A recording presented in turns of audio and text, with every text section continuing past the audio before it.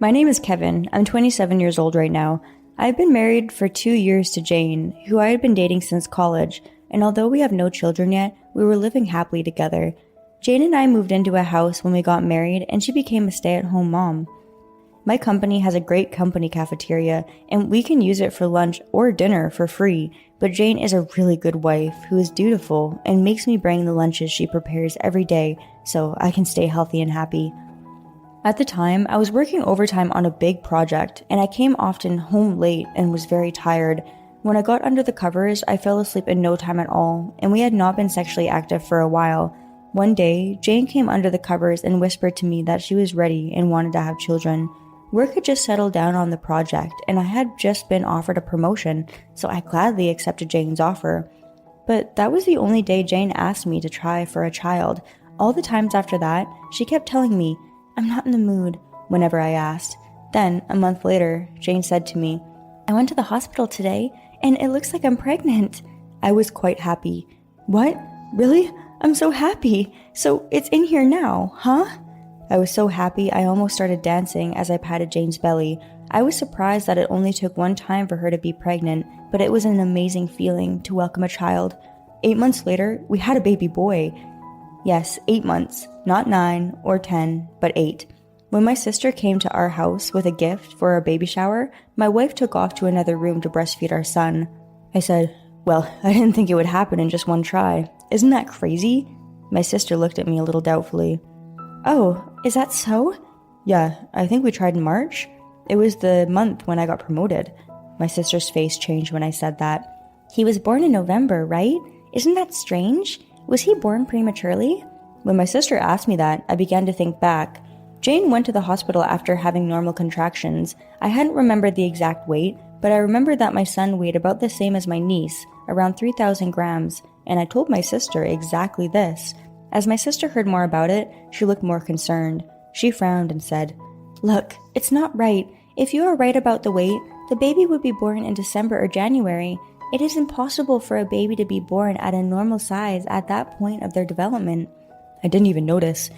It didn't even cross my mind that the normal gestation period was 9 months.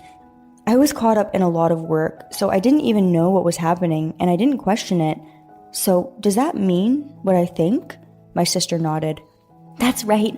I hate to say this, but she was already pregnant when she asked you to try for the child." My mind went blank. No way. I made a good income for my age, and I had never missed a beat on fulfilling my duties as a husband. In fact, I sent my wife's parents a total of 100,000 yen every month. What was wrong with me that she had to do that? "I know it sounds harsh, but you should get a DNA test. See for yourself." I was too shocked to speak, but my sister gently put her hand on my shoulder and said those words to me. I immediately ordered a kit for DNA analysis, took a sample of my son's saliva and hair, and waited for the results, praying that it would be a mistake. Then, an envelope containing the results arrived at the office. I took the envelope to the office during my lunch so that my wife would not find it, and looked at it in the company restroom. My hands were shaking, and I could not open the envelope. I couldn't turn the paper over. When I managed to open it, it said, 99% difference. Tears blurred my vision. I couldn't see what was going on in front of me, and I couldn't stop the tears from flowing. I was glad I had chosen a bathroom that wasn't used very often. If someone had walked into the bathroom and heard my wails coming from the stall, I would have caused a big commotion. I have never doubted my wife. I assumed that the fact that becoming less active in bed was just something that happens if you stay together long enough, and that it's a common occurrence in all families. Even so, the test says that it's a 99% chance we are strangers. There is still the possibility of the other 1%. There must be some mistake. I told myself that there was no way that my wife would cheat on me, and spent the next few days convincing myself of this. But I couldn't resist the inevitable. I couldn't stop being skeptical, so I finally looked at my wife's phone. The result was plain and simple. She was completely guilty. The recent lines were all to do with breaking up and not seeing one another, but when I went back and checked the history, there were conversations where it was obvious that my son was this man's child. I accepted the fact in my own mind, and I could no longer deny it. In the most recent text, she said, "This family is what is important to me, and I will take this secret with me to my grave. Nobody will know, so please, let's split up. If anyone were to find out, we would already be long gone from this earth." I felt sick to my stomach. I could no longer stand to read more and quietly put her phone back where I had found it. 2 weeks have passed since then. I'm trying my best to act as usual, but I've reached my limit. I can't accept my wife's smile, which I used to love so much. I want to be alone. For 2 weeks, I threw away all the lunches my wife made. The company cafeteria, which I hadn't eaten at in a long time, was suddenly very delicious. My colleague told me that the kitchen was supervised by a top chef. I felt like a fool for not eating such delicious food. I couldn't eat dinner at all, and I couldn't even sleep at home. I couldn't talk to my friends about it, and my heart was going in a darker and darker place. When it came hard for me to look at my son, I finally decided to talk to my sister. We met at a family restaurant near my sister's house. I told her, "Sis, she was guilty." She said, "I knew it."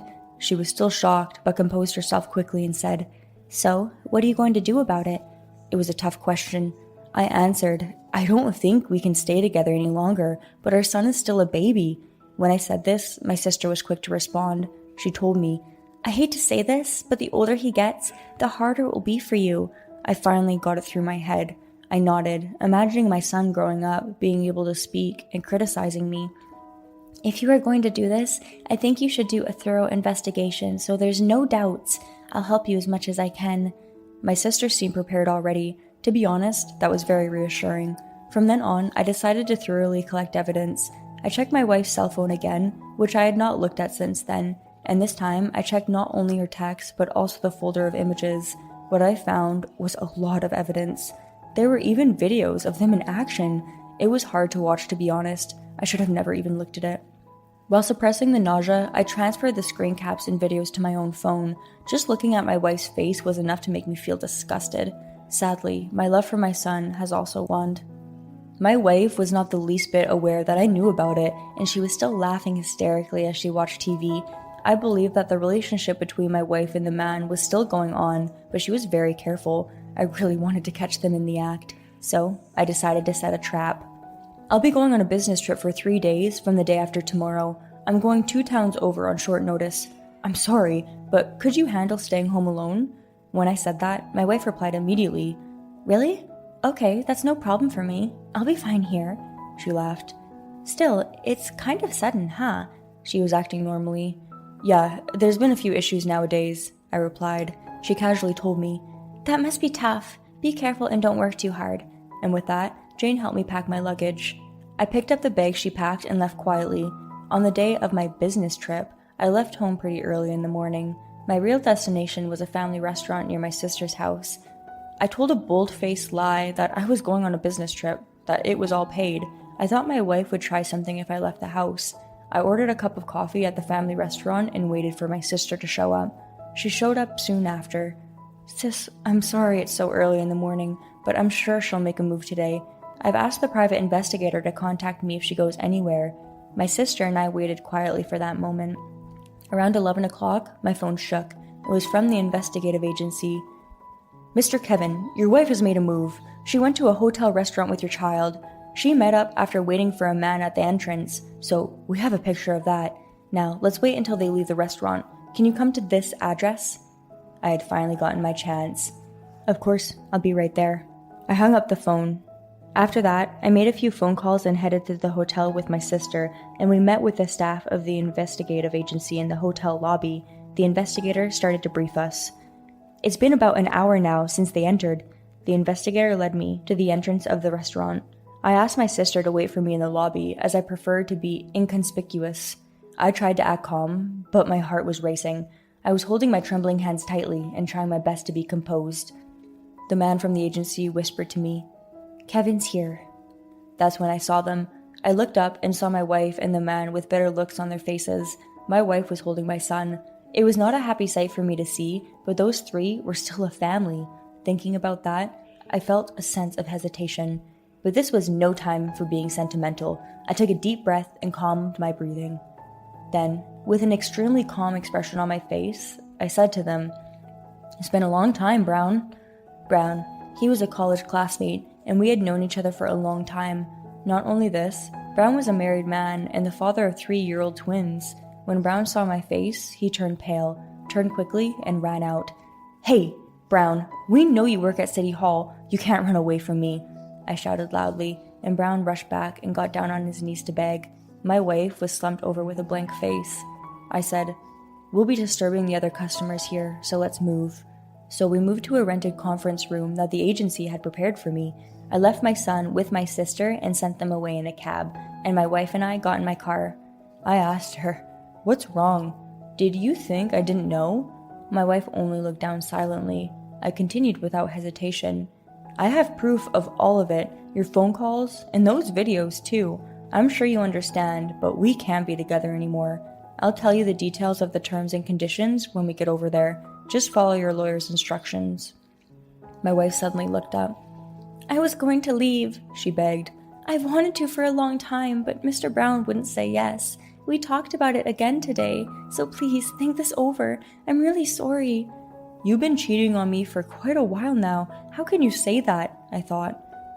"Why would you think to split with him anyway? He's Brown's child," I said angrily, and she finally fell silent. There was a heavy silence in the car, and when I opened the door attached to the rental conference room, there sat the lawyer, Brown, his wife, and our in-laws. The in-laws' expressions were grim. After I learned that the man was Brown, I immediately got in touch with his wife, Jennifer. She was also a college classmate of mine, and we had known each other since then, so it was easy to get in touch with her. We talked and made plans for the day.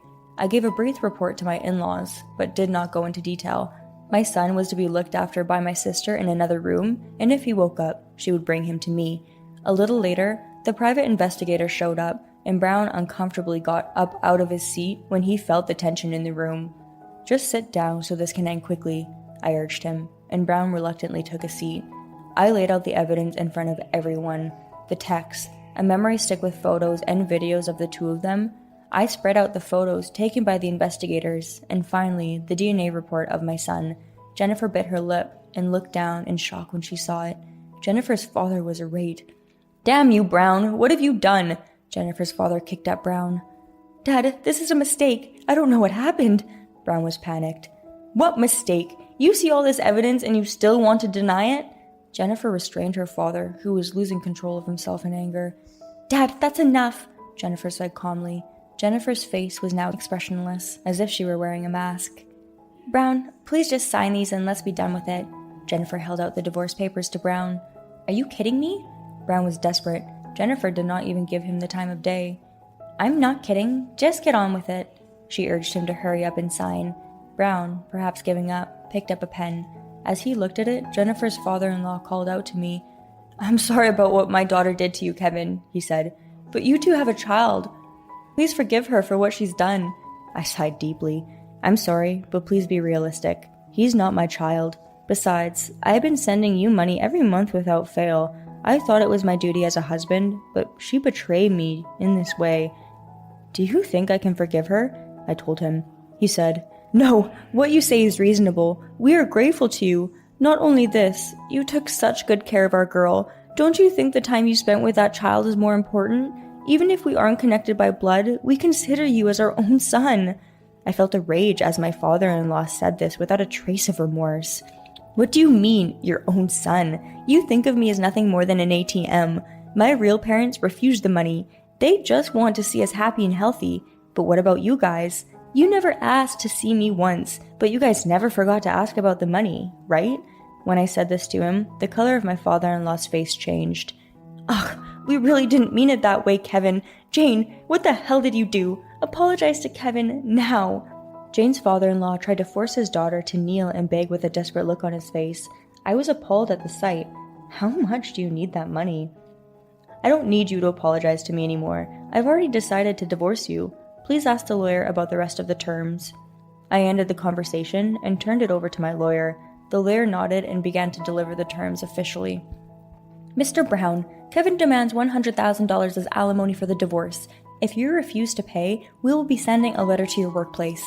In the case of Miss Jane, we demand a full refund of the expenses incurred for the birth and upbringing of your son in the 3rd trimester, as well as all the money Kevin has sent to your parents."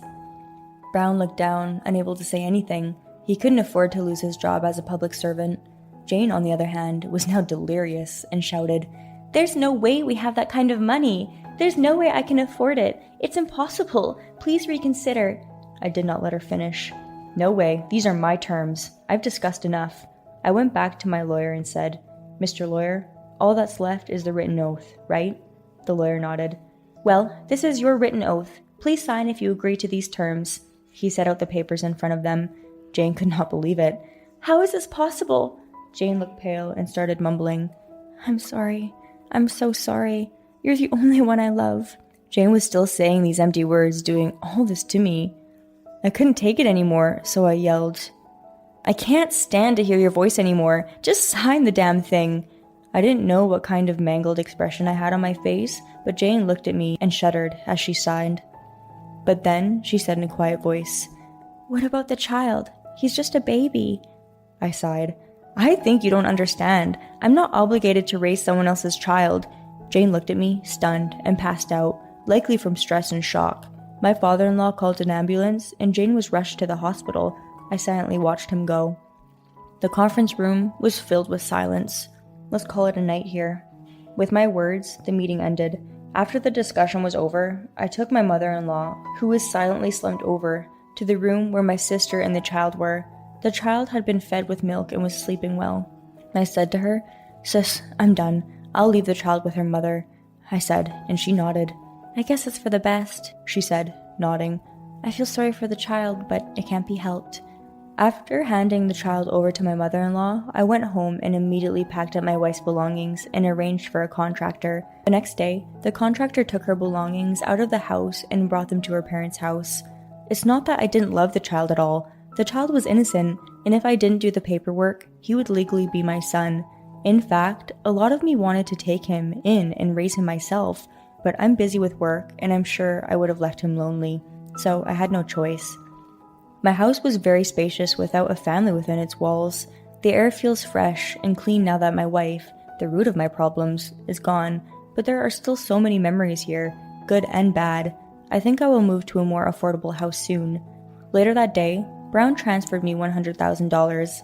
I guess he used the money from his parents since they were wealthy, but honestly, I didn't care in the slightest.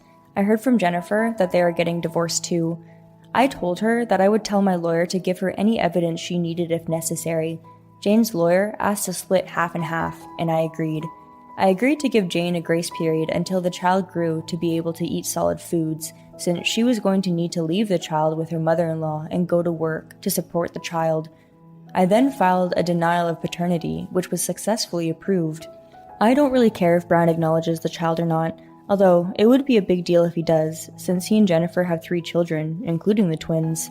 I've since moved to a new place near my work and am enjoying a relaxed life alone. I don't feel lonely because I'm working hard and fulfilled with my work right now. I sometimes think that it was all a dream, that I had a wife and children at one point. I ran into my sister the other day, and she said she had a friend she wanted to introduce me to. I think enough time has passed, and I know she's worried about me. I think I'll take her up on that offer. Thank you for watching. I hope you enjoyed the video. We look forward to seeing you again. Please also subscribe to our